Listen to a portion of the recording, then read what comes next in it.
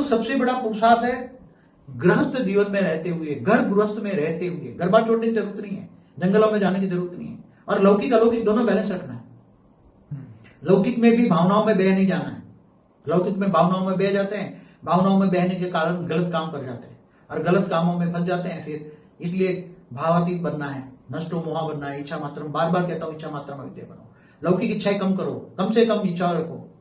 और आज दुखी है, इसका कारण केवल अगले जन्म का हिसाब किताब भी आ रहा है, मगर इस जन्म की भी इच्छाएं बहुत बड़ी है। इसलिए इस जन्म की इच्छाएं जितना हो सके इच्छा मात्र में विद्या बनो। भाग्य में जो होगा मिल जाएगा। कर्म करते रहो और कर्म योगी बनो। कर्म करते करते ऑलमाइटी अथॉरिटी की याद में रहो, ग्रेट ग्रेट ग्रैंडफादर को याद करो, कनेक्शन जोड़ो और पावर हाउस से पावर लो, तो आत्मा में पावर आएगी। आत्म स्वरूप में स्थित होना है और साक्षी दृष्टा बन जाना है। दूसरों को, ये दुनिया को, ये तो सब भक्ति मार्ग वाले भी कहते हैं, ये झूठी काया, झूठी माया, झूठा जग संसार, ये सब झूठा है, मृत्यु लोक है, अमर लोक नहीं है। तुम्हें अमर लोक जाना है, अमर बनना है, बेहद के अविनाशी परमधाम में जाना है। तो उसी को तुम्हें जो ले जाने वाला है उसी को याद करना पड़ेगा और उसके ज्ञान सागर में डूबना पड़ेगा। बार बार ज्ञान सागर में, रोज सुबह शाम आधा आधा घंटा भी ज्ञान सागर में डूबो, रोज ज्ञान सागर में डूबो, विचार सागर मंथन करो, बार बार विचार सागर मंथन करो और कर्म बंधन से मुक्ति पाओ। तो जितना पावर आएगा विक्रम विनाश हो जाएगा। आत्मा में कारण शरीर में पावर आएगा, कारण शरीर में जो रिकॉर्ड भरा है वो रिकॉर्ड धीरे धीरे परम प्रकाश आएगा, परम लाइट आएगी, आत्मा में परम लाइट आएगी, परम प्रकाश आएगा। तो परम प्रकाश से, परम लाइट से, कारण शरीर में परम प्रकाश आने से विक्रम विनाश हो जाएगा और आत्मा हल्की हो जाएगी, धीरे धीरे कर्मातीत अवस्था की हो जाएगी।